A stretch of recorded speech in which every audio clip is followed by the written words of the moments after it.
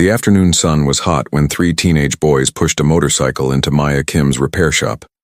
Maya looked up from the engine she was working on and wiped her hands on her old work pants. The boys looked young, maybe 16 or 17 years old. They wore baggy clothes and kept looking at each other nervously. Maya walked over to them with a friendly smile. She was 24 years old and had been running this small motorcycle shop for 2 years. Her father had owned it before he got sick. Now it was hers, and she worked hard every day to keep it going. "Hi there, what can I help you with?" Maya asked. The tallest boy stepped forward. He had a red cap on backward and spoke quickly. "We need this bike fixed, like right now. Can you do it fast?" Maya looked at the motorcycle. It was a nice sports bike, shiny and expensive looking, the kind that cost thousands of dollars. She walked around it slowly, her trained eyes checking everything. Something felt wrong. "What's the problem with it?" she asked. "It won't start," the boy in the red cap said. "We just need you to get it running." Maya bent down to look at the ignition. That was when she saw the first red flag. The area around where the key goes was scratched badly. Deep marks covered the metal. It looked like someone had tried to force something into it. "Where's the key?" Maya asked, standing up. The boys looked at each other again. The second boy, shorter with a black jacket, spoke up. "We lost it. That's why we need help." Maya nodded slowly but said nothing. She walked to the other side of the bike. She found the VIN plate, the special number that every motorcycle has. It looked strange. The edges were rough, like someone had taken it off and put it back on. Maya had seen this before. Her father had taught her what to look for. "Do you have the registration papers?" Maya asked. "I need to see them before I can work on any bike." The tall boy shook his head fast. "No, man. We don't have that stuff with us, but we can pay you cash right now, see?" He pulled out a thick roll of money from his pocket. Maya felt her stomach tighten. Everything about this situation was wrong. The scratched ignition, the weird VIN plate, no key, no papers, 3 nervous teenagers with a lot of cash. She had seen enough stolen motorcycles to know what this looked like. "Look, I'm sorry, but I can't help you," Maya said in a calm voice. "Shop policy says I need proper papers for every job. No exceptions." The boy in the red cap's face changed. His friendly look disappeared. "Come on, we'll pay you double. Just fix it and don't ask questions." "I can't do that," Maya said firmly. She crossed her arms. "You should try another shop." The third boy finally spoke.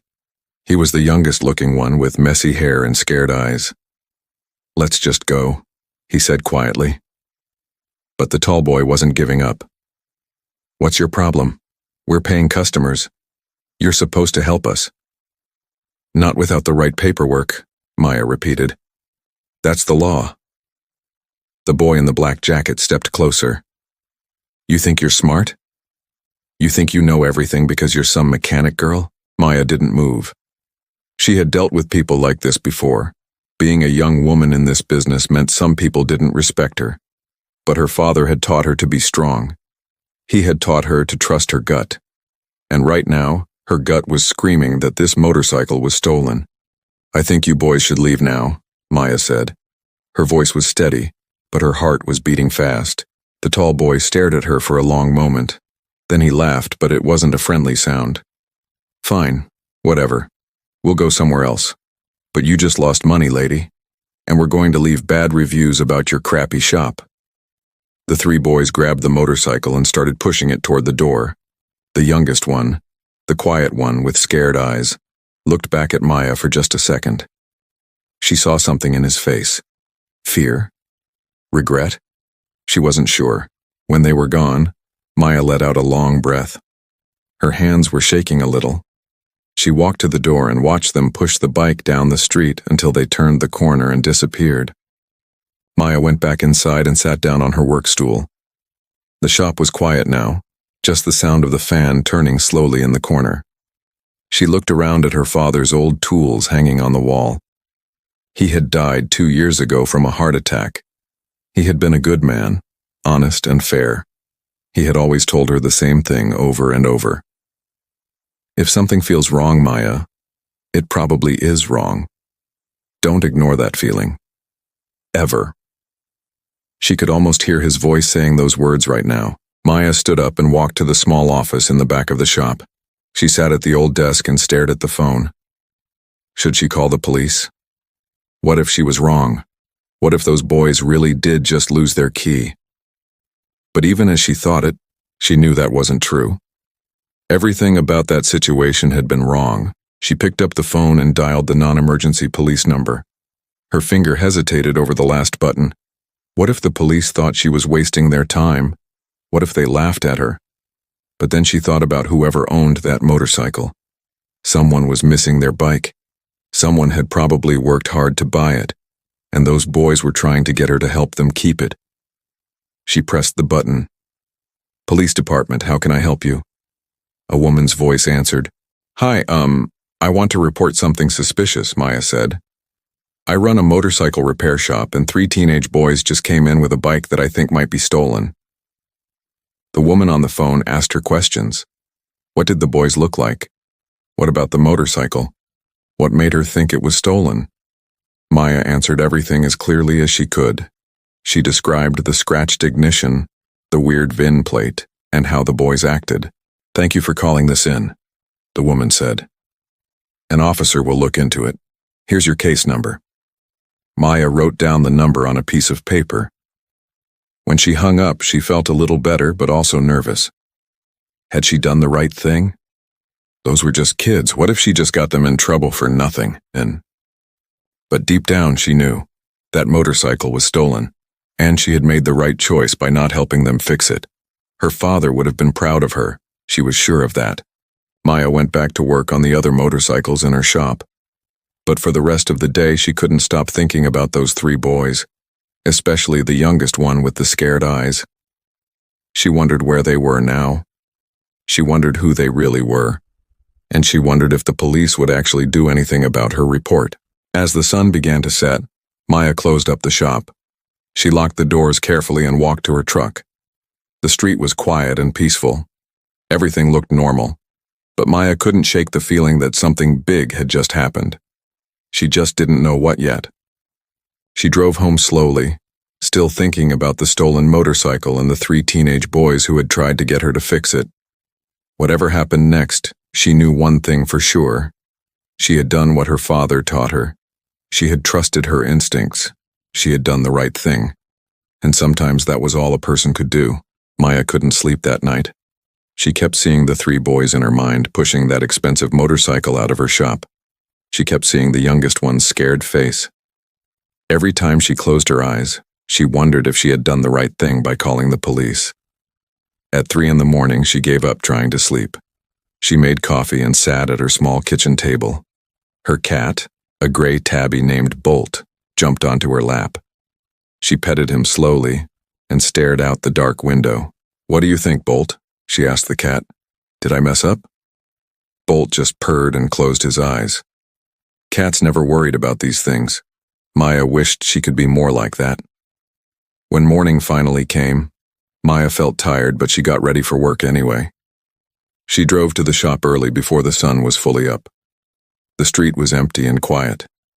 She unlocked the door and turned on all the lights. The shop smelled like oil and metal, familiar and comforting. She made another cup of coffee and started working on a motorcycle that had been there for 3 days. It was an old bike that belonged to Mr. Chen, a nice man who came in every month. The work was easy, just changing oil and checking the brakes. Maya liked easy work on mornings when her brain felt foggy. Around 9 o'clock, her friend and employee Jason Park arrived. Jason was 26 and had worked with Maya's father before. He was tall and strong and always had a smile on his face. He was one of the few people who treated Maya like a real mechanic, not just some girl playing around with bikes. "Morning, boss," Jason said, hanging his jacket on the hook by the door. "You look tired. Rough night?" Maya looked up from the engine. "Jason, something weird happened yesterday." She told him everything. The 3 boys, the scratched ignition, the missing papers, the cash, and how they had gotten angry when she refused to help. Jason listened carefully, his smile fading as she talked. "And then I called the police," Maya finished. "I gave them a report. but now I'm wondering if I should have just let it go. Jason shook his head. No way. You did the right thing. That bike was definitely stolen. But what if I was wrong? What if I just got 3 kids in trouble for nothing? Maya, listen to me, Jason said seriously. He walked over and sat on the workbench next to her. Your gut is almost never wrong. Remember that time 6 months ago? That guy who brought in the Harley with the fake plates? Maya remembered. The man had seemed nice at first, but something felt off. She had checked the VIN number carefully and found out it didn't match the papers he gave her. She had refused the job and he had left angry. Later, she found out the bike had been stolen from a dealership in another city. You were right then and you're probably right now, Jason continued. And even if you were wrong, which you're not, it's better to be safe. Someone somewhere is missing that bike. Maya felt a little better. Jason always knew how to make her feel more confident. That was why her father had liked him so much. Thanks, she said. I needed to hear that. Anytime. Jason smiled. Now, should I start on that blue Yamaha that came in on Friday? Yeah, that would be great. They worked together through the morning. Customers came and went. Mrs. Rodriguez brought in her son's dirt bike for a tune-up. An older man named Frank dropped off his vintage motorcycle that needed new tires. A young woman came to pick up her scooter that Maya had fixed last week. Normal business, normal people. It felt good. During lunch, Maya and Jason sat outside the shop eating sandwiches. The weather was nice, warm, but not too hot. Cars drove by slowly. People walked their dogs. Everything seemed peaceful. Hey, isn't that one of them? Jason suddenly said, pointing down the street. Maya looked up fast. Her heart jumped. Walking past the corner store about 2 blocks away was a teenager in a black jacket. He looked exactly like one of the boys from yesterday, the one who had called her mechanic girl in that mean voice. I think so, Maya said quietly. They watched as the boy met up with 2 other teenagers near the store. They talked for a minute, then walked away together in the other direction. Maya couldn't see them clearly enough to be totally sure, but she was pretty sure it was them. That's weird, Jason said. This isn't a huge neighborhood. What are the chances they'd be hanging around here? Maya felt a cold feeling in her stomach. Maybe they're mad about yesterday. Maybe they're checking to see if I told anyone. Or maybe they're just from around here and it's just a coincidence, Jason offered, but he didn't sound convinced. They finished their lunch in silence. Maya kept looking down the street, but the boys were gone now. She told herself not to worry. Probably Jason was right, it was just a coincidence. This was a small neighborhood, people saw each other all the time. But for the rest of the day, Maya felt nervous. Every time the door opened, she jumped a little. Every time someone walked past the big front window, she looked up quickly. She couldn't help it. Something about seeing that boy again had scared her. At 4 o'clock, an old customer named Bill Thompson came in. He had a problem with his motorcycle's clutch. Maya was glad for the distraction.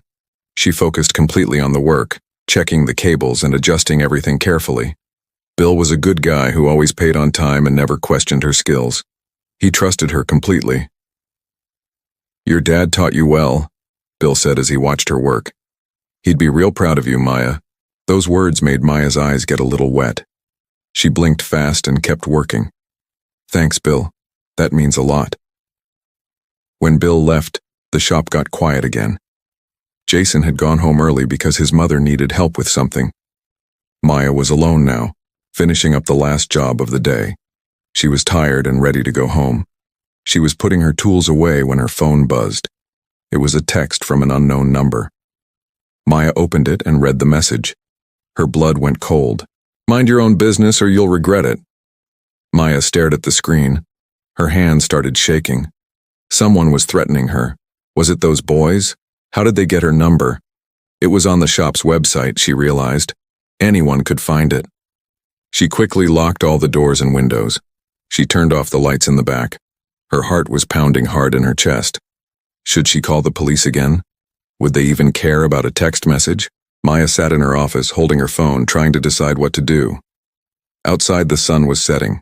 The shop was getting dark. She felt very alone and very scared. But then she thought about her father again.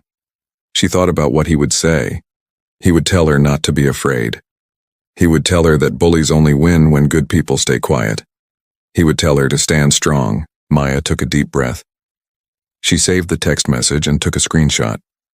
Then she called the police non-emergency number again. She told them about the text. They took down all the information and told her they would add it to her case from yesterday. When she finally drove home that night, it was fully dark. She checked her mirrors more than usual. She made sure no one was following her.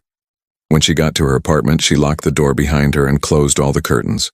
Bolt rubbed against her legs, meowing for dinner. Maya fed him and then sat down on her couch. She felt exhausted, not from working, but from worrying. What had she gotten herself into? Would those boys really try to hurt her? Or were they just trying to scare her? She didn't know. But one thing was certain. This wasn't over yet. 3 days passed since Maya received the threatening text message. Nothing else happened, but she couldn't relax. Every sound made her jump. Every car that drove past the shop made her look up. She tried to act normal, but inside she felt constantly worried. Jason noticed something was wrong. On the third day, during their morning coffee, he finally asked about it. "You've been jumpy all week," he said. "What's going on? Is it still about those boys?" Maya hesitated, then told him about the text message. She showed it to him on her phone. Jason's face got serious as he read it. "Maya, this is serious. Have you told the police?" "I called them the same night," Maya said. "They took the information and said they'd look into it. But I haven't heard anything back." "Maybe you should close the shop for a few days," Jason suggested. "Just until this blows over." Maya shook her head firmly. "No, I can't do that. I have bills to pay, and besides, I'm not going to let some kids scare me away from my own business. My dad built this place. I'm not running away from it." Jason sighed but nodded. He understood. "Okay, but I'm staying late with you every day until this is sorted out. No arguments." Maya felt grateful. "Thanks, Jason. You're a good friend." The morning was busy, which helped Maya stop worrying so much. A woman brought in a motorcycle that wouldn't start. Maya found the problem quickly, a dead battery, and fixed it in less than an hour. Then a college student came in needing new mirrors. Then Mr. Chen returned to pick up his bike that Maya had worked on earlier in the week. "Beautiful job as always, Maya," Mr. Chen said, smiling as he checked his motorcycle. "Runs like new." "Thank you, Mr. Chen. Come back anytime." Around lunchtime, things got quiet. Maya decided to work on her own personal project, an old motorcycle she was slowly restoring. It had belonged to her father. He had been working on it when he got sick and never got to finish it. Maya had promised herself she would complete it one day. Working on it made her feel close to him. She was bent over the engine, adjusting the carburetor when she heard the shop door open. She looked up and her stomach dropped. 2 police officers walked in. They were in full uniform, serious expressions on their faces. Maya stood up quickly, wiping her greasy hands on a rag. Her heart started pounding. Were they here about the text message? Or had she done something wrong? "Maya Kim?" the female officer asked. She was shorter than Maya, with her dark hair pulled back tight. She looked professional and confident. "Yes, that's me," Maya said. Her voice came out a little shaky. "I'm Detective Sarah Martinez and this is Officer James Chen," the woman said, showing her badge. "We'd like to talk to you about the report you filed 4 days ago, about the stolen motorcycle." Maya felt a wave of relief. They were here about her report, not to arrest her or anything. "Of course, what do you need to know?" "Is there somewhere private we can talk?" Detective Martinez asked, looking around the shop. Maya led them to her small office in the back. It was messy, with papers and motorcycle magazines everywhere, but it had a door that closed. The 3 of them squeezed into the tiny space. Maya sat at her desk while the 2 officers stood. "First, we want to thank you for calling this in," Detective Martinez said. "Your report was very helpful." "So the bike really was stolen?" Maya asked. "Yes," Officer Chen said. He was tall and looked young, maybe in his late 20s. "We checked the VIN number you gave us against our database. The motorcycle was reported stolen 2 weeks ago. Maya felt her chest get tight. She had been right. Who did it belong to? Detective Martinez looked at her seriously. That's actually why we're here. This isn't just a simple stolen motorcycle case. The bike was taken during a home invasion. The owner, a 73-year-old man named Robert Daniels, was badly hurt when he tried to stop the thieves. Maya felt like someone had punched her in the stomach. She sat down hard in her chair. Oh my God. Is he okay? He's alive, Officer Chen said. But he's been in the hospital for 2 weeks. He has broken ribs, a broken arm, and a serious head injury. He's in recovery now, but it's been rough. Maya put her hand over her mouth. She felt sick. This wasn't just about a stolen bike. Someone had been hurt badly. An old man had been beaten in his own home, and 3 teenagers had brought that stolen bike to her shop like it was nothing. I had no idea, Maya whispered. Those boys just seemed like regular kids, nervous, yeah, but I never thought they had hurt someone. We don't think they were the ones who hurt Mr. Daniels, Detective Martinez said. We believe they're working for someone else, someone who uses teenagers to steal and move stolen motorcycles. Maya looked up at her. What do you mean? Detective Martinez pulled out a small notebook. We've been tracking a theft ring for several months now. Motorcycles have been disappearing all over 3 counties. The pattern is always the same. Expensive bikes get stolen, usually from homes or parking lots. Then they show up at small repair shops brought in by teenagers who want quick fixes without paperwork. How many bikes? Maya asked. 17 that we know of, Officer Chen said, but probably more. Most shop owners either don't notice the signs or they don't want to get involved. They fix the bikes, take the cash, and ask no questions. That's terrible, Maya said. Which is why your call was so important, Detective Martinez continued. You're the first person who reported it. You gave us our first real lead in weeks. Maya didn't know what to say.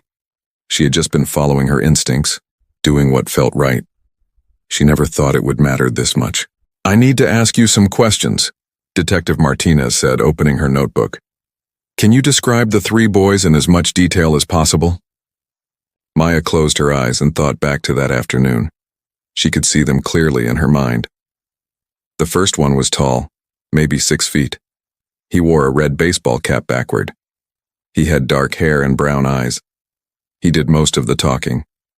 The second one was shorter, maybe 5'7" or 5'8". He wore a black jacket and had an attitude, kind of angry. And the third one was the youngest looking. He barely talked at all. He seemed scared, actually. He had messy brown hair and kept looking at the floor. Detective Martinez wrote everything down. That's excellent. Very detailed. Would you be able to identify them from photographs? I think so, Maya said. Especially the tall one and the young one. I remember their faces pretty clearly. Officer Chen pulled out a tablet and opened something on the screen. I'm going to show you some photos. Take your time and tell me if you recognize anyone. He turned the tablet toward Maya. There were 6 photographs arranged in 2 rows. 3 boys on top, 3 on the bottom. Maya looked at each one carefully. And then she saw him. Top row, middle picture. The tall boy in the red cap, looking straight at the camera. That's him, Maya said, pointing. That's the one who did most of the talking. Are you sure? Detective Martinez asked. Absolutely sure. Officer Chen swiped to another set of photos. Maya studied these too. Bottom row, left picture. The boy in the black jacket, the angry one. That's the second one, Maya said. One more set of photos appeared. Maya looked at each face, and there in the top right corner was the youngest boy, the scared one. He looked even younger in the photo, and very sad. That's the third one, Maya said softly. The quiet one, who looked scared. Detective Martinez and Officer Chen looked at each other. Something passed between them, some unspoken message that Maya didn't understand. What? Maya asked. What is it? Detective Martinez put away her notebook. Maya, the third boy you identified, his name is Tyler Park.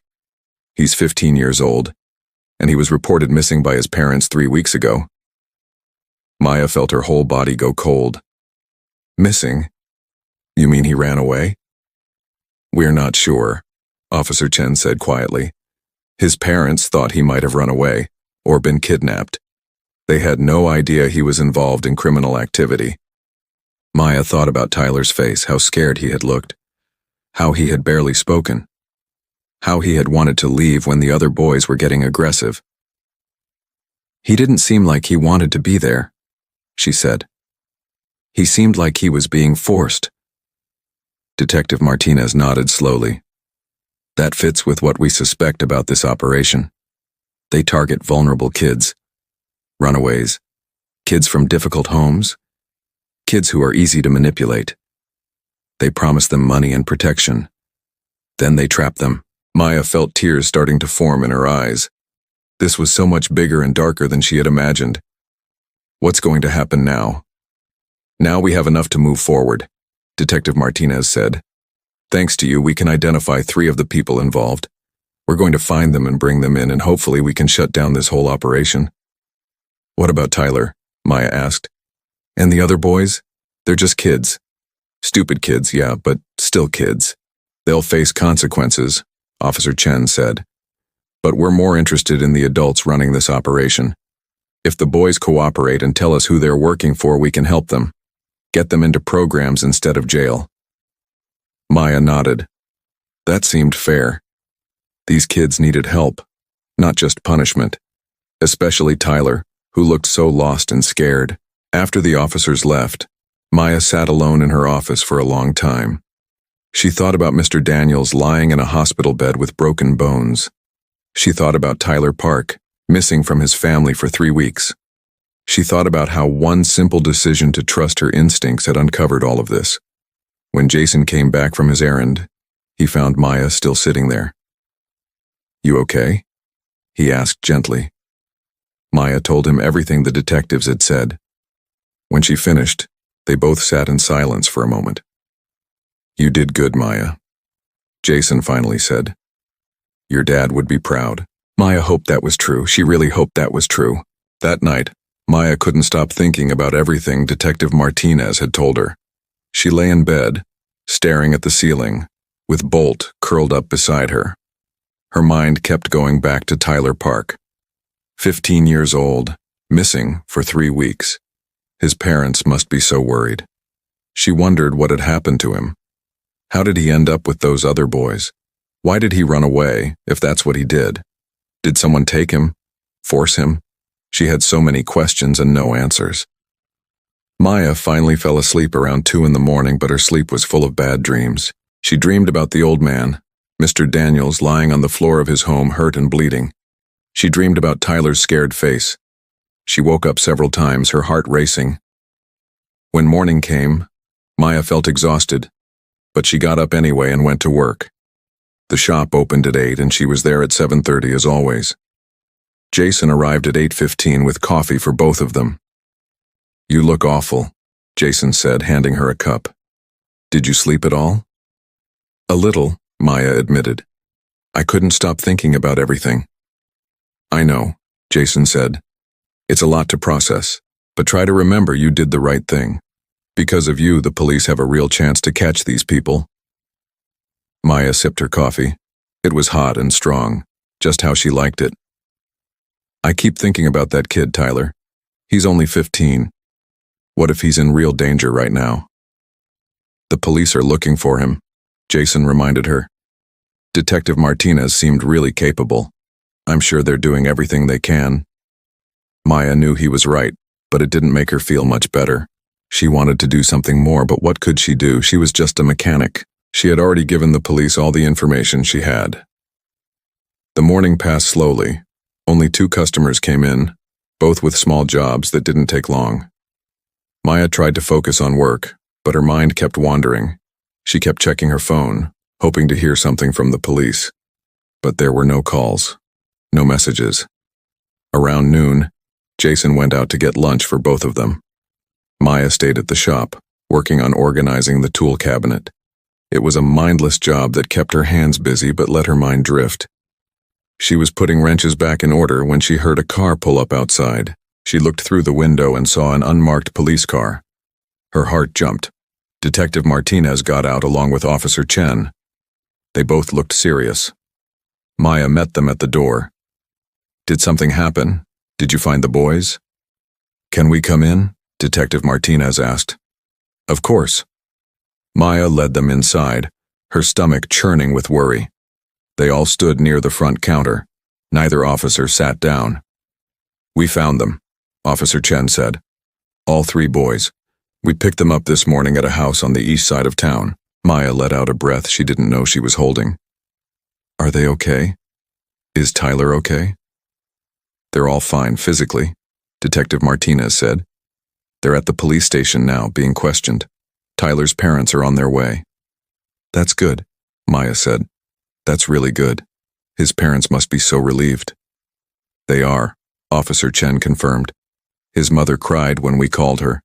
They've been looking for him every day since he disappeared." Detective Martinez pulled out her tablet again. "Maya, we need your help with something else. The boys are talking, but they're scared. They say they were working for a man, but they won't give us his name yet. We need more evidence to pressure them.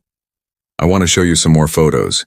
See if you recognize anyone else who might have come to your shop." "Okay," Maya said. "I'll try." Detective Martinez opened a folder on the tablet. "These are photos of people we suspect might be connected to the theft ring. Some are from security cameras, some are from social media. I want you to look at each one carefully and tell me if you've ever seen any of them before, either here at the shop or in the neighborhood." Maya took the tablet. There were maybe 20 photos in the folder. She scrolled through them slowly, studying each face. Most of them she had never seen before. But then she got to the 8th photo and stopped. It was a man, maybe in his 30s, with a shaved head and tattoos on his neck.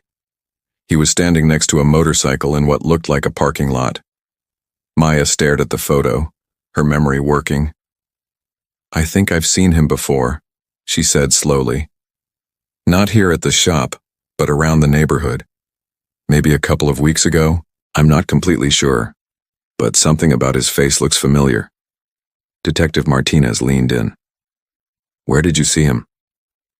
"I think it was at the gas station down the street," Maya said, still staring at the photo. "I was filling up my truck, and I saw him talking to some younger guys in the parking lot. I didn't think anything of it at the time, but now that I see this photo, I'm pretty sure it was him." "That's very helpful," Detective Martinez said, taking back the tablet. "Keep looking. See if there's anyone else." Maya continued scrolling. 3 more photos went by, all strangers. Then photo number 12 made her stop again. This was a woman, maybe 40 years old, with bleached blonde hair and a hard face. Maya knew she had seen this woman before. But where? She closed her eyes and tried to remember. And then it came to her. About a month ago, maybe 6 weeks, this woman had come to the shop. She had asked about getting work done on a motorcycle, but something about the conversation had been strange.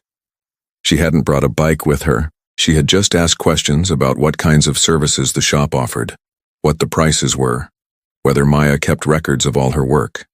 At the time, Maya had thought it was odd, but she figured maybe the woman was just shopping around before bringing her bike in. But the woman never came back. "Her," Maya said, pointing at the photo. "She came to the shop maybe 6 weeks ago.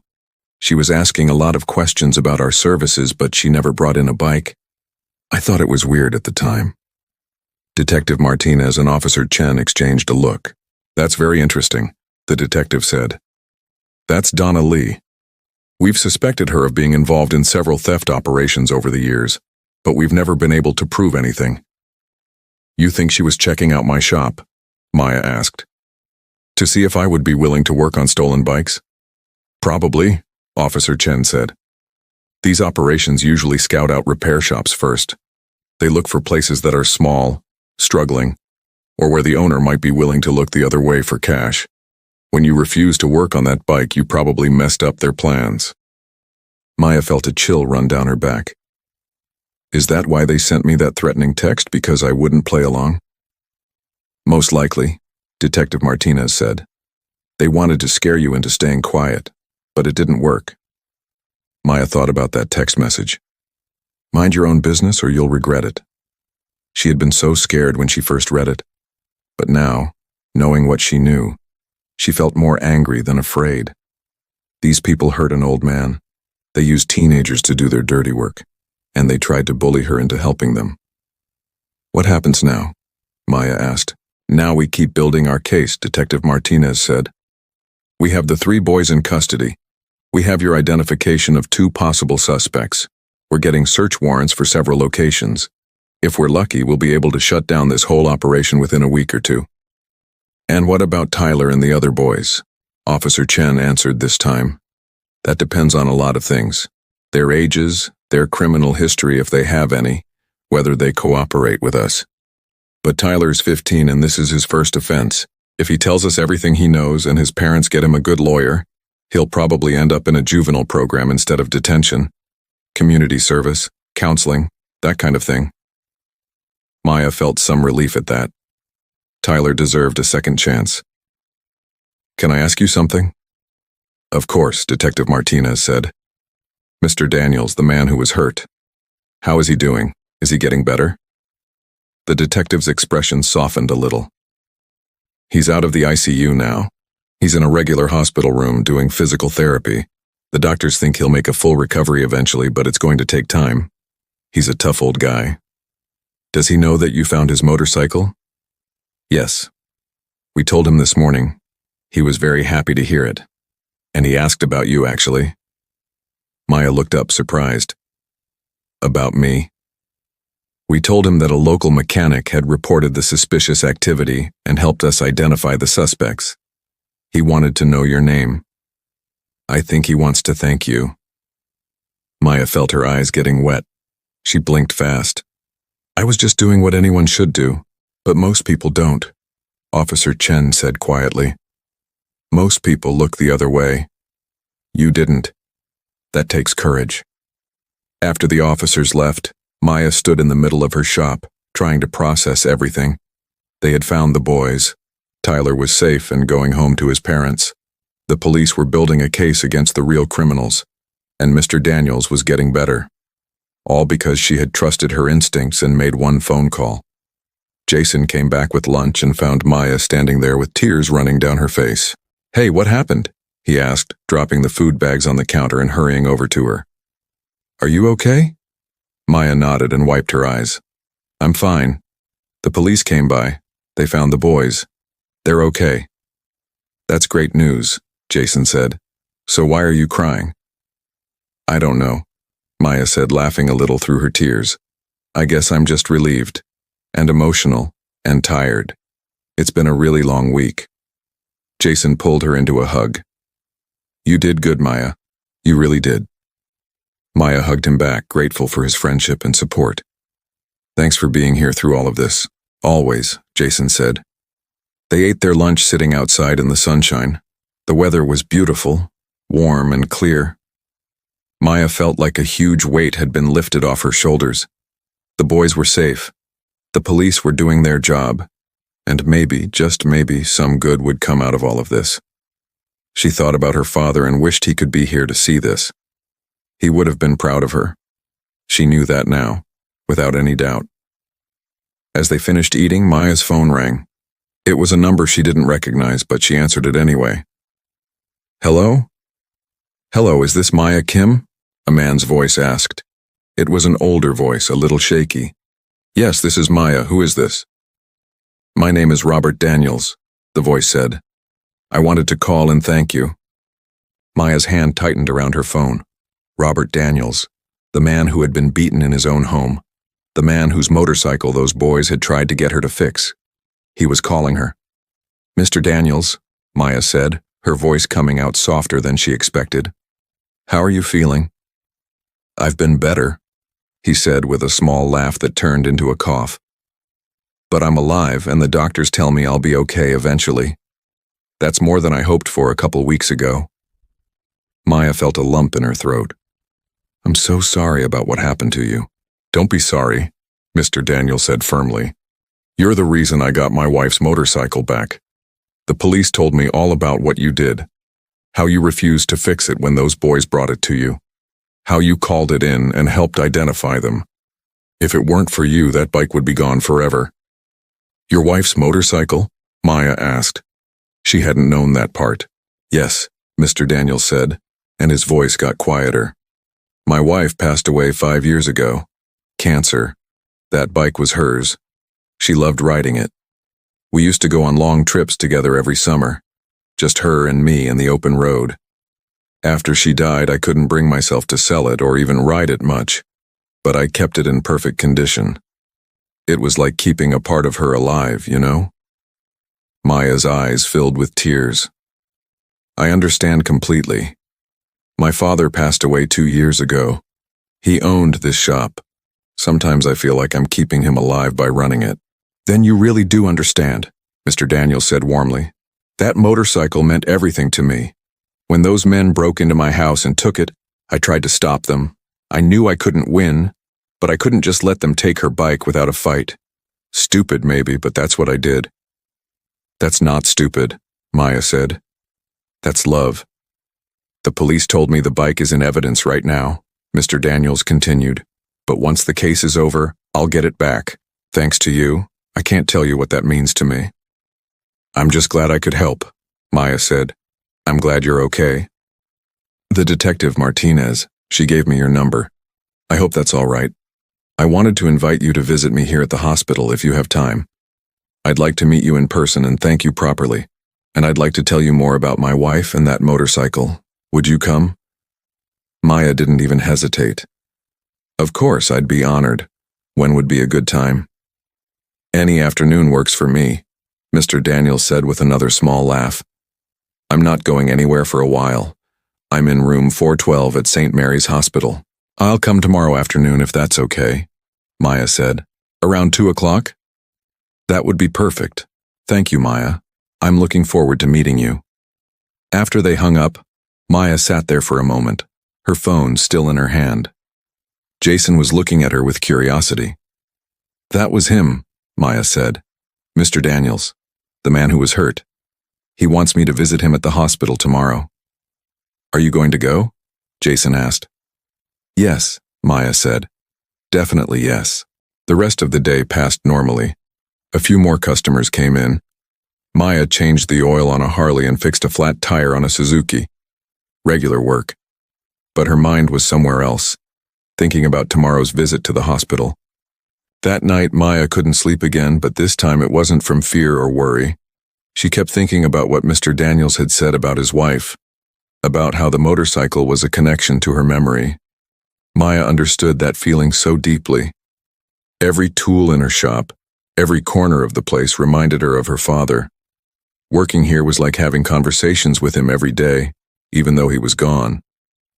The next day dragged by slowly. Maya kept watching the clock, waiting for 2 o'clock to arrive. Jason noticed her distraction and smiled. Go ahead and leave at 1:30, he said. I can handle things here. Are you sure? Maya asked. Positive. Go visit Mr. Daniels. Take your time. Maya left at 1:30, stopping first at a store to buy some flowers. She wasn't sure if that was the right thing to bring to a hospital, but it felt better than showing up empty-handed. She chose a simple bouquet of yellow and white flowers that looked cheerful. St. Mary's Hospital was a large building downtown, about 20 minutes from the shop. Maya parked in the visitor lot and walked to the main entrance. The hospital smelled like cleaning products and cafeteria food. She took the elevator to the 4th floor and found room 412 at the end of a long hallway. She knocked gently on the door. Come in, a voice called. Maya pushed the door open and walked in. The room was small but clean, with a window looking out over the city. In the bed near the window sat an elderly man with white hair and kind eyes. His left arm was in a cast, and there were bandages on his head. But he was smiling. Maya? He asked. Yes, Maya said, walking closer. It's nice to meet you, Mr. Daniels. Please call me Robert, he said. And those flowers are beautiful. You didn't have to bring anything. I wanted to, Maya said, setting the flowers on the small table beside his bed. She sat down in the visitor's chair. "How are you feeling?" "Better every day," Robert said. "The headaches are getting less intense. The ribs still hurt when I breathe too deeply, but the doctors say that's normal. I'm just grateful to be alive." They talked for a few minutes about his recovery, the physical therapy he was doing when he might be able to go home. Robert was surprisingly cheerful for someone who had been through such a terrible experience. He had a warmth about him that made Maya feel comfortable immediately. "Can I tell you about my wife?" Robert asked. "And the motorcycle?" "Please," Maya said. "I'd love to hear about her." Robert's eyes got a faraway look, like he was seeing into the past. "Her name was Linda. We met in 1970 when we were both 20 years old. I was in the army, just back from Vietnam. She was a nurse at the VA hospital. I went in for a checkup, and there she was, the most beautiful woman I'd ever seen. I asked her out right there in the examination room. She said yes." Maya smiled. "That's sweet." "We got married a year later," Robert continued. 52 years we were together. We had 3 children, 7 grandchildren. We built a good life. But the thing Linda loved most, besides our family, was riding motorcycles. "How did she get into riding?" Maya asked. "Her father taught her," Robert said. "He had an old Harley and he used to take her riding when she was a little girl. When we got married, one of the first things we bought was a motorcycle. Over the years, we owned dozens of different bikes. But that last one, the one that was stolen, that was her favorite. It was a 2015 Kawasaki Ninja. She picked it out herself, bright red with black trim. She said it made her feel young and free." Robert's voice got thick with emotion. "We rode that bike all over the country, up the Pacific coast, through the mountains, across the desert. She loved the feeling of the wind and the speed. Even when she got sick, even when the cancer was bad, she still wanted to ride. Sometimes I would take her out just for short trips around the neighborhood, going slowly. It made her happy." Maya felt tears running down her face. "She didn't try to hide them. After she died," Robert said quietly, "I couldn't ride it anymore. It hurt too much, but I kept it perfect. I would go into the garage every week and clean it, check the oil, make sure everything was working. It was my way of taking care of her, I guess. Does that sound crazy?" "No," Maya said. "It doesn't sound crazy at all. It sounds like love." Robert looked at her with grateful eyes. "The night those men broke in, I was in my garage cleaning that bike like I always did. They must have been watching me, waiting for the right moment. They came in through the side door. There were 2 of them, both wearing masks. They said they wanted the bike and they told me not to try anything." He paused, taking a shaky breath. "But I couldn't just let them take it. I know it sounds stupid. It's just a machine, right? Just metal and rubber and engine parts, but to me it was Linda. It was all our memories together. So I tried to stop them." "You were very brave," Maya said. "Or very foolish," Robert said with a sad smile. "One of them hit me with something heavy. I don't remember much after that. I woke up in the hospital 2 days later. The bike was gone. I thought I'd never see it again. I thought I'd lost the last piece of Linda I had left." "But now you'll get it back," Maya reminded him gently. "Yes," Robert said, and his smile grew wider. "Thanks to you. If you hadn't recognized that the bike was stolen, if you hadn't called the police, it would be gone forever. Probably sold off in pieces to someone in another state. But you cared enough to pay attention. You cared enough to do the right thing." "I was just following my instincts," Maya said, "and remembering what my father taught me." "Your father taught you well," Robert said. "Tell me about him." So Maya told Robert about her father, about how he had built the shop from nothing, about how he taught her everything about motorcycles, treating her like an equal even when she was just a little girl, about how he got sick suddenly and died before she could tell him all the things she wanted to say, about how she still felt him with her every day in that shop. Robert listened carefully to every word. When she finished, he nodded slowly. "He's proud of you, Maya. Wherever he is, he's proud. Just like my Linda is proud of me for fighting for her bike. Our loved ones never really leave us, you know. They live on in the things we do, the choices we make, the love we show to others." They talked for another hour. Robert showed her photos of Linda on his phone. Pictures of them riding together, smiling in front of mountains and oceans and deserts. Pictures of Linda on her red Kawasaki, her face lit up with joy. Maya could see the love in every image. "When you get your bike back," Maya said as she prepared to leave, "and when you're all healed up, I'd be honored to do a full service on it for you. Free of charge. Make sure everything is perfect." Robert's eyes filled with tears. "That would mean the world to me. Thank you, Maya. Thank you for everything." Maya hugged him gently, careful of his injuries. "Thank you for calling me, and for sharing Linda's story with me." As Maya drove back to the shop, she felt different somehow. Lighter, more certain that she had done the right thing. Meeting Robert, hearing about Linda and their life together, made everything feel real and important in a way it hadn't before. This wasn't just about stolen property or following rules. This was about people and memories and love. This was about protecting the things that mattered most. And Maya had helped do that. She had helped bring back a piece of Robert's heart. When she got back to the shop, Jason looked up from the motorcycle he was working on. "How'd it go?" Maya smiled even though her eyes were still wet from crying. "It was beautiful. Sad but beautiful. I'll tell you about it." And she did. 2 weeks passed after Maya's visit with Robert Daniels. Life at the shop returned to something close to normal. Customers came and went. Maya and Jason worked on motorcycles, changed oil, fixed engines, and replaced parts. But Maya noticed that more people were coming to her shop now. New customers who had heard about what she did. One morning, a man in his 50s came in with his bike. "I heard you're the mechanic who helped catch those thieves," he said. "I want someone I can trust working on my bike, someone with integrity." Maya felt a little embarrassed by the attention, but she appreciated it. "I just did what was right," she said. "That's exactly why I'm here," the man replied. The local newspaper had run a small story about the theft ring being broken up. They didn't use Maya's name, but word traveled fast in their neighborhood. People knew it was her shop. Some customers came by just to say thank you, even though they had never met her before. It made Maya realize that what she did had affected more people than she knew. Detective Martinez called Maya one afternoon with an update. "I thought you'd want to know. We arrested 4 adults connected to the theft ring. 2 men and 2 women, including Donna Lee, the woman who came to your shop." "That's great," Maya said. "What about the boys? Tyler and the others?" "They're all out on bail with their families," the detective explained. "Tyler is in a rehabilitation program. He's working with counselors and doing community service. The judge was lenient with him because of his age, and because he cooperated fully with us. He told us everything about how the operation worked."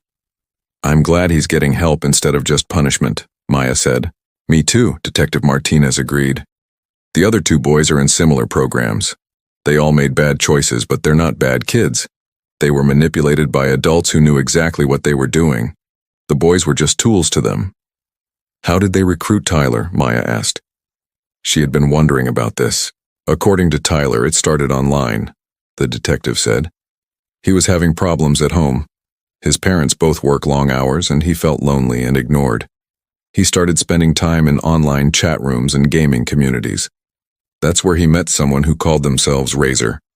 This person seemed cool, seemed to care about Tyler's problems. They talked for weeks, building trust." Maya listened carefully, imagining how it had happened. "Then Razor offered Tyler a way to make quick money," Detective Martinez continued. "Said it was easy work, no big deal, just picking up motorcycles and dropping them off.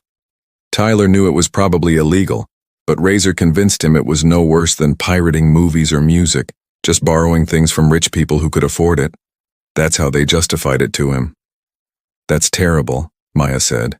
"Taking advantage of a lonely kid like that." "It happens more than people realize," the detective said sadly. "These criminal operations know exactly what to look for. Kids who are vulnerable, isolated, looking for connection and purpose. They offer them everything they're missing: friendship, excitement, money, belonging to something. By the time the kids realize how deep they are, it's too late to get out easily." "Is Tyler going to be okay?" Maya asked. I think so, Detective Martinez said. His parents are paying more attention now. They're getting family counseling. Tyler seems genuinely sorry for what he did. He's a smart kid who made some really dumb choices, but he's getting a second chance. After the call ended, Maya sat thinking about Tyler. She was glad he was getting help, but she wondered how many other kids out there were being targeted the same way. How many lonely teenagers were talking to predators online right now, not knowing the danger they were in. A few days later, Maya was working late at the shop when her phone rang. It was Robert Daniels. "Hello, Maya. I have some good news," he said, and his voice sounded stronger than before. "I'm out of the hospital. I'm home now, doing physical therapy every day, and the police called me this morning. They said I can pick up Linda's motorcycle next week. The case is closed, and they're releasing it from evidence." "That's wonderful," Maya said, genuinely happy for him. "I'm so glad." "I was wondering," Robert said, "if your offer still stands, about servicing the bike for me." "Of course it does," Maya said immediately. "Bring it by whenever you're ready. I'll make sure it's in perfect condition for you." "Thank you, Maya. You don't know what this means to me." 1 week later, Robert came to the shop. He arrived in a small truck with the red Kawasaki in the back. Maya and Jason helped him unload it carefully. Robert moved slowly, still healing from his injuries, but his face was glowing with happiness. "There she is," he said softly, looking at the motorcycle. Linda's bike. Maya walked around it carefully, checking every detail. The police had kept it in good condition while it was in evidence, but it definitely needed some attention. There were a few scratches that hadn't been there before. The tires needed air. The chain needed lubrication. "I'll take good care of it," Maya promised. "It'll be like new when I'm done." "I know you will," Robert said. Over the next 3 days, Maya worked on Robert's motorcycle whenever she had free time between other jobs. She treated it like it was her own father's bike. She cleaned every inch of it. She changed the oil and filters. She adjusted the brakes and checked all the cables. She polished the red paint until it shined like fire. She even found special replacement decals for the scratches, making them disappear. Jason watched her work with a smile. "You're putting more care into that bike than most people put into their own motorcycles." "This isn't just any bike," Maya said. "This is special." When she was finished, the Kawasaki looked absolutely beautiful. Maya called Robert and told him it was ready. He came the next morning with his daughter, a woman in her 40s who looked like she had been crying. "Dad told me everything you did," the daughter said to Maya, shaking her hand. "Thank you so much. This bike means everything to him. It means everything to all of us, really. Mom loved it so much." Robert walked around the motorcycle slowly, tears running down his face. He touched it gently like he was touching something precious and fragile. "It's perfect," he whispered. "It looks just like it did when Linda was alive." Maya had to look away because she was crying too. Jason handed her a tissue and she saw that his eyes were wet as well. "I wish I could pay you what this is really worth," Robert said. "But I know you won't accept payment for the work." So I did something else instead. He pulled an envelope from his jacket pocket and handed it to Maya. "Open it." Maya opened the envelope carefully. Inside was a check made out to the local youth center, the one that ran after-school programs for kids in the neighborhood. The amount was for $5,000. The memo line said, "In honor of Maya Kim's integrity, for at-risk youth programs." Maya stared at the check, unable to speak. "I want to help kids like Tyler," Robert explained. "Kids who are lonely and vulnerable and looking for something to belong to. If this money can help even one kid find positive activities and good mentors instead of falling in with the wrong crowd, then something good will have come from what happened to me." "Robert, this is too generous," Maya managed to say. "It's not generous enough," Robert said firmly. "You gave me back my wife's memory. You helped catch the people who hurt me. You cared when you didn't have to. Let me do this, please." Maya hugged him carefully. "Thank you, this will help a lot of kids." "There's one more thing," Robert's daughter said. She pulled out her phone and showed Maya a photo. It was of a young woman, maybe in her 20s, working on a motorcycle. She was smiling, her hands covered in grease. This is my mom when she was about your age. She used to work on bikes too. Dad didn't tell you that part, but Mom was a mechanic before she became a nurse. She would have liked you, Maya. She would have been proud of what you did. Maya looked at the photo and saw herself in that young woman's face. Different generation, different life, but the same love for motorcycles, the same determination, the same strength. I wish I could have met her, Maya said. In a way, you did, Robert's daughter said. You met her through her bike, through Dad's stories, through the love she left behind. After Robert and his daughter left, Maya stood in her shop alone for a few minutes. She looked at the check in her hand, $5,000 for kids who needed help. Kids like Tyler, who just needed someone to care about them and point them in the right direction. Maya thought about her father again. She thought about Linda and her love for motorcycles. She thought about Robert's bravery in trying to protect his wife's memory. She thought about Tyler and his second chance. And she thought about the power of doing the right thing, even when it's scary, even when it would be easier to look away. That evening, Jason found her still standing there, lost in thought. You okay? He asked. Yeah, Maya said, smiling at him. I'm really okay. I was just thinking. About what? About how one small choice can change everything, Maya said. About how we're all connected in ways we don't always see. About how my dad taught me to trust my instincts, and how that lesson saved Robert's memories of his wife. About how Robert's donation is going to help other kids. It's like ripples in water, you know? One action spreading out and touching more and more people. Jason nodded. Your dad would be proud of you, Maya. Really proud. I know, Maya said. And she did know. She felt it in her heart, as sure as anything she'd ever felt. I think Linda would be proud too, and I think all those kids who'll benefit from Robert's donation, even though they don't know about any of this, they're going to have better futures because of it. So what now? Jason asked. Maya looked around her shop, at her father's tools, at the motorcycles waiting to be fixed, at the business she had built. Now I keep going. I keep running this shop with integrity. I keep trusting my instincts. And maybe, just maybe, I find a way to help more kids like Tyler. Kids who just need someone to believe in them. That sounds like a good plan, Jason said. Yeah, Maya agreed. It does. That night, Maya went home feeling more at peace than she had in months. She had faced something scary and come out stronger. She had helped catch criminals and helped a good man recover something precious. She had maybe even helped save some kids from making the worst mistakes of their lives. And all because she had refused to fix a stolen motorcycle. Sometimes doing the right thing was that simple, and that complicated, and that important. A month after Robert took his motorcycle home, Maya's life had settled into a new rhythm. The shop was busier than ever. Her reputation had spread beyond the neighborhood.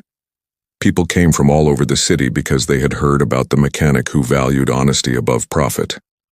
The one who could be trusted. But with the increased attention came some problems too. Not everyone was happy about what Maya had done. It started with the online reviews.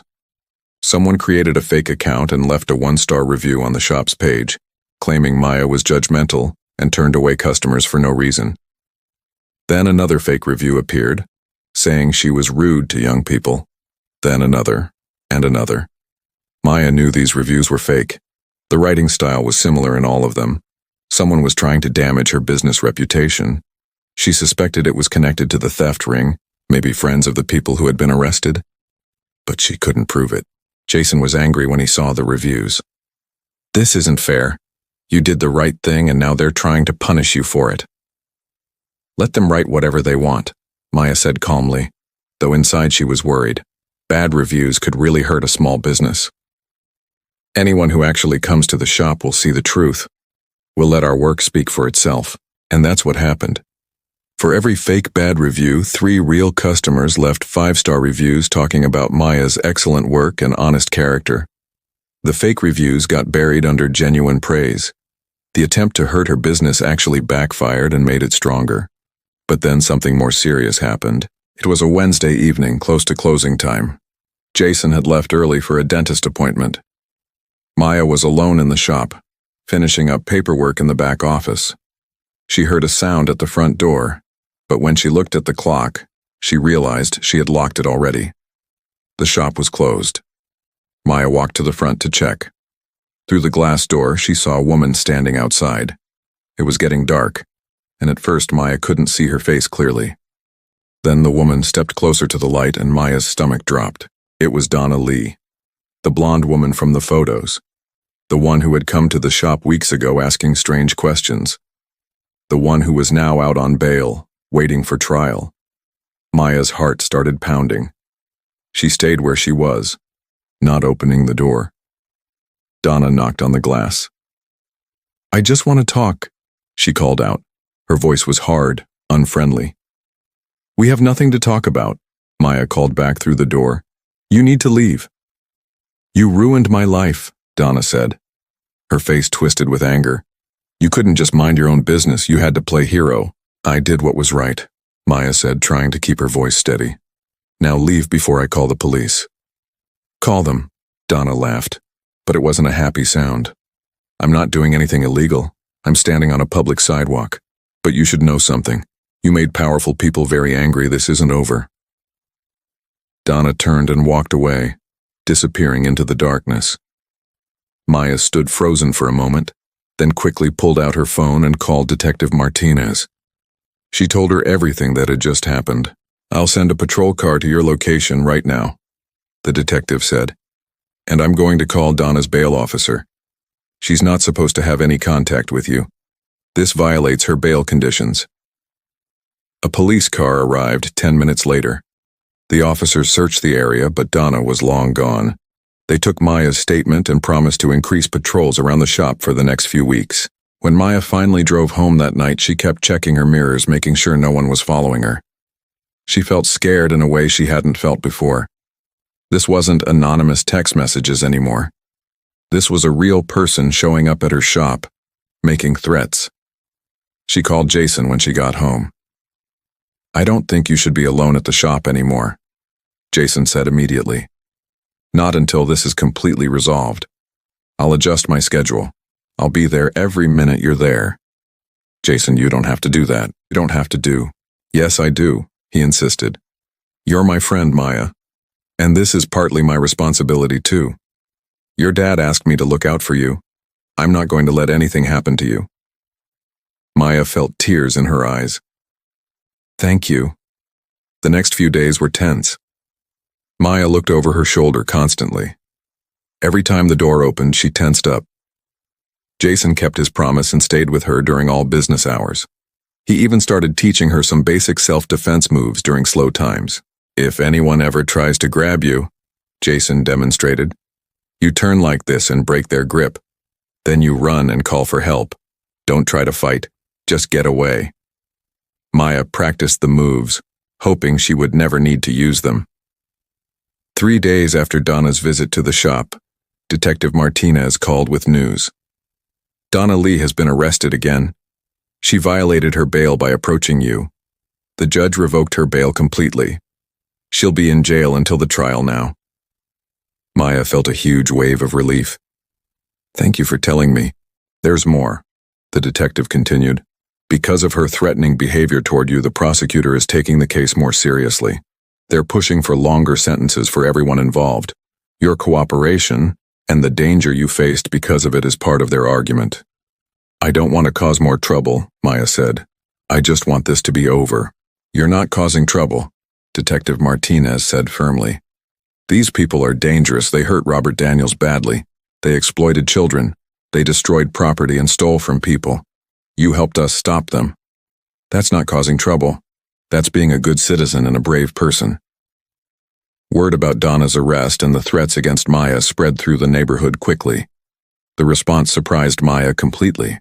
Regular customers started stopping by just to check on her. Mrs. Rodriguez brought homemade tamales. Mr. Chen brought tea from his family's restaurant. Frank, the older man with the vintage motorcycle, organized a neighborhood watch program specifically to keep an eye on Maya's shop. We look out for our own around here, Frank said simply.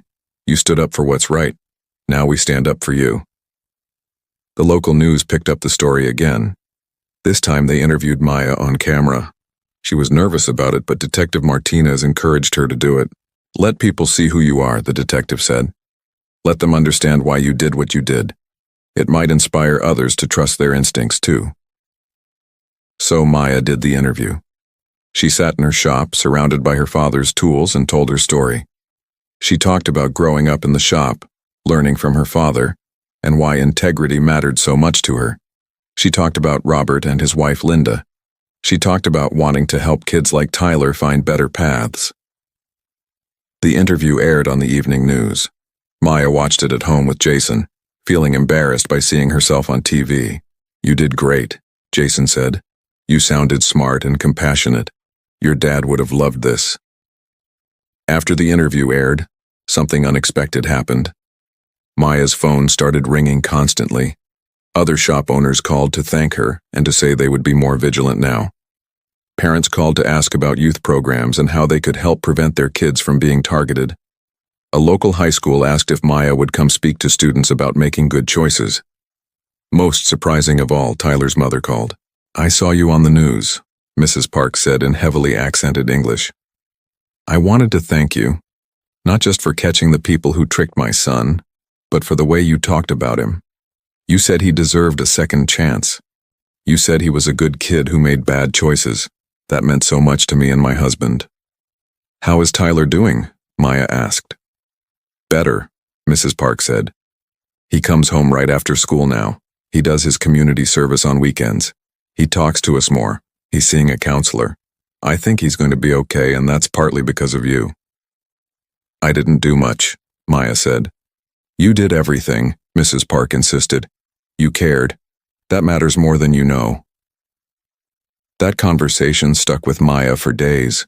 She realized that her story was about more than just catching criminals. It was about community, about caring enough to get involved, about standing up for what's right even when it's hard or scary. The youth center that received Robert's donation called and asked Maya if she wanted to be on their advisory board. They were planning to expand their programs and wanted input from young community members who understood both motorcycles and at-risk youth. Maya said yes.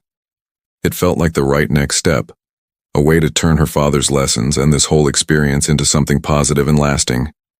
She started going to the youth center once a week to volunteer. She taught basic motorcycle maintenance to teenagers who were interested. She showed them how to change oil, fix flat tires, and perform simple repairs. But more than that, she talked to them about making good choices, trusting the right people, and building skills that could lead to real careers. Some of the kids reminded her of Tyler. Quiet, lonely, looking for somewhere to belong. Maya made sure they knew they belonged there, learning honest skills, surrounded by people who cared about their futures. One evening, after a particularly good session at the youth center, Maya returned to her shop. It was late, almost dark. Jason had left for the day. As Maya unlocked the door, she noticed something tucked under the windshield wiper of her truck. Her heart raced. Was it another threat? She looked around carefully before approaching the truck. The street was empty and quiet. She pulled the paper out slowly. It was a handwritten note on lined notebook paper. Maya read it under the streetlight. Dear Maya, my name is Tyler Park. I wanted to write to you because I'm not allowed to contact you in person while my case is still going through court. But I wanted you to know something. I'm really sorry for what I did. I'm sorry for bringing that stolen bike to your shop. I'm sorry for being part of something that hurt Mr. Daniels. I was stupid and I made terrible choices. But because you said no to me that day, everything changed. You helped the police find me. You helped me get caught before I got in even deeper. You helped me get a second chance. My counselor says that sometimes the best thing that can happen to someone is getting stopped before they go too far. You stopped me. You saved me from becoming someone worse. I'm working really hard now to be better. I'm going to finish high school. I'm going to make my parents proud. I'm going to prove that your mercy and kindness weren't wasted on me.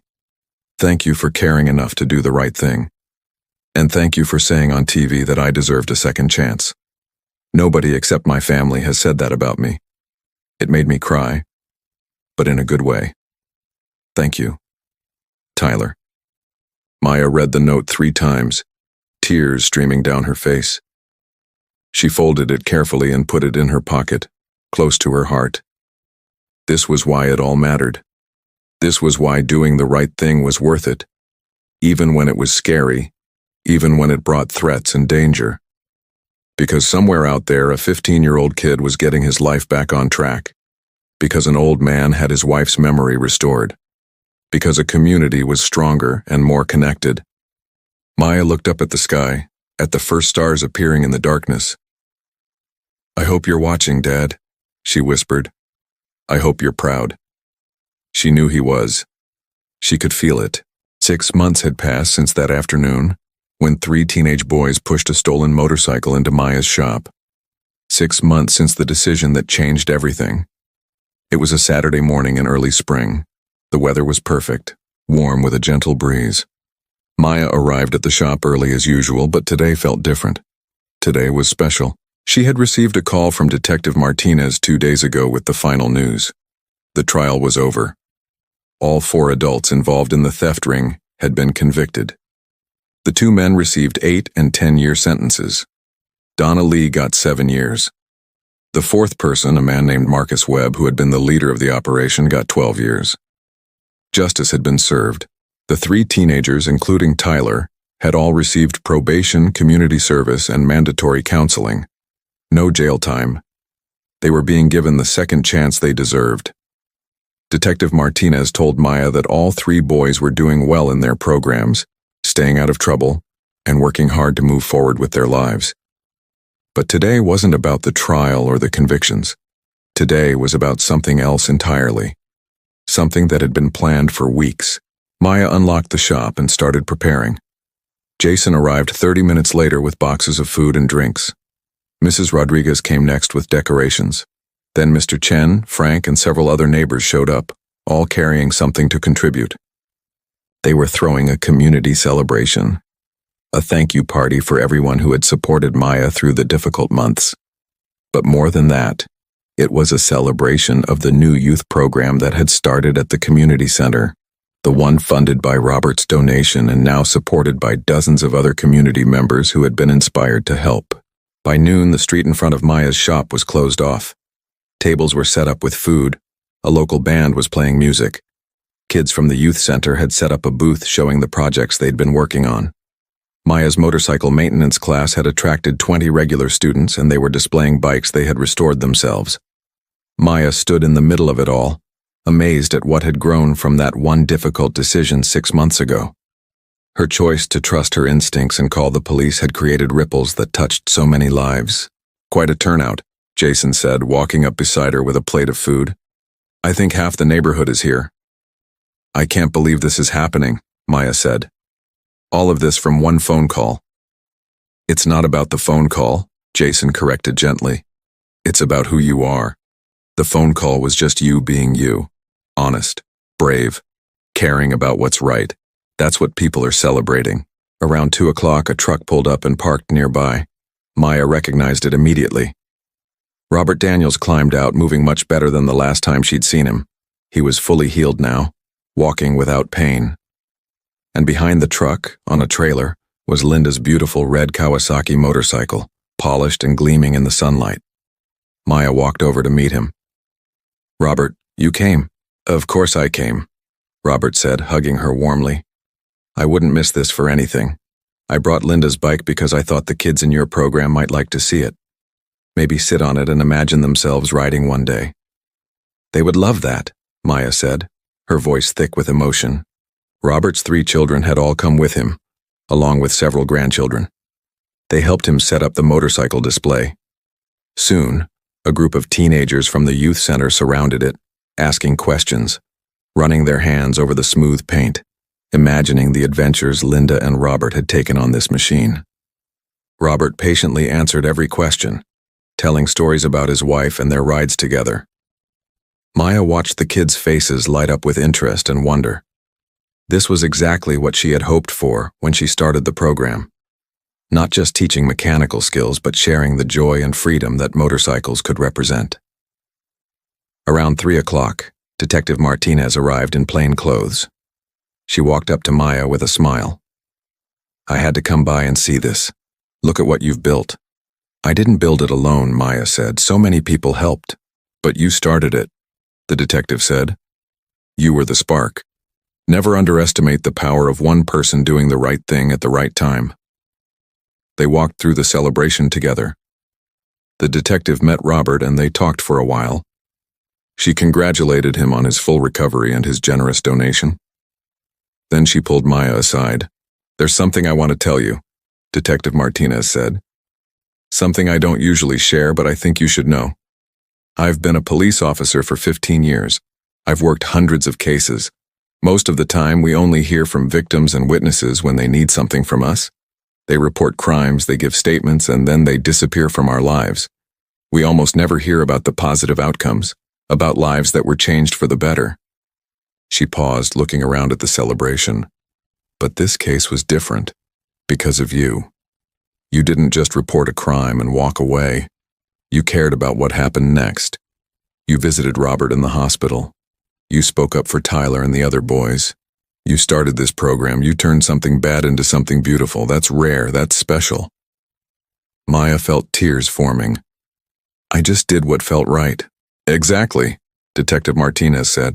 "And that's why it matters so much. You didn't overthink it. You didn't worry about consequences. You just did what felt right. More people need to do that."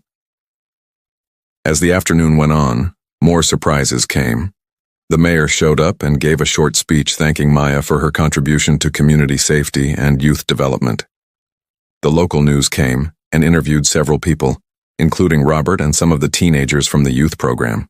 Then around 4 o'clock, Maya saw someone she didn't expect to see. A woman she didn't recognize approached hesitantly. She was in her 40s, with kind eyes and nervous hands. Next to her was a teenage boy who looked familiar, but different.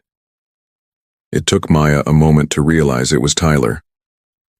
Tyler looked so different from the scared, lost boy who had come to her shop 6 months ago. He had gained weight in a healthy way. His eyes were clear and focused. He stood straighter. He looked like someone who had found hope again. Mrs. Park, Tyler's mother, spoke first. "I hope it's okay that we came. Tyler wanted to see you in person, to say thank you." "Of course it's okay," Maya said warmly. "I'm so glad you're here." Tyler stepped forward. He seemed nervous but determined. "Ms. Kim, I wanted to thank you in person. I know you got my letter, but I needed to say it to your face. You saved my life. I know that sounds dramatic, but it's true. If you had fixed that bike, if you had just looked the other way, I would have kept going deeper into that life. I would have ended up in real jail eventually, or worse. But you stopped me. You cared enough to do the right thing, even though it was hard." Tyler's voice cracked with emotion. "I'm in school now. I'm getting good grades. I have real friends, not people using me. I'm in your motorcycle program at the youth center. I'm learning real skills. I have a future now. Because of you." Maya couldn't help herself. She stepped forward and hugged Tyler. He hugged her back, and she felt him shaking with quiet tears. Mrs. Park was crying too. Maya was crying. Jason, watching from nearby, had to wipe his eyes. When they separated, Tyler smiled through his tears. "I'm going to make you proud, Ms. Kim, I promise. I'm going to prove that your faith in me wasn't wasted." "You already have," Maya said. "Just by being here, just by choosing a better path. That takes courage, Tyler. Real courage." They talked for a while longer. Tyler told her about his plans to graduate high school and maybe become a mechanic himself one day. Mrs. Park told Maya that Tyler's relationship with his father had improved dramatically. The whole family was in counseling together, learning to communicate better. As the sun began to set, the celebration started winding down. People began cleaning up, packing away tables and decorations.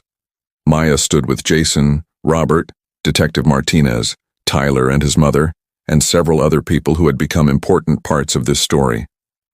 "I want to say something," Maya announced. Everyone got quiet and turned to look at her. 6 months ago, 3 boys brought a stolen motorcycle to my shop. I said no. It was a simple decision, but it scared me. I worried I was doing the wrong thing. I worried about the consequences. But my father taught me to trust my instincts and to always do what's right, even when it's hard. She looked around at all the faces watching her. What I didn't know then was how many other people also believe in doing what's right.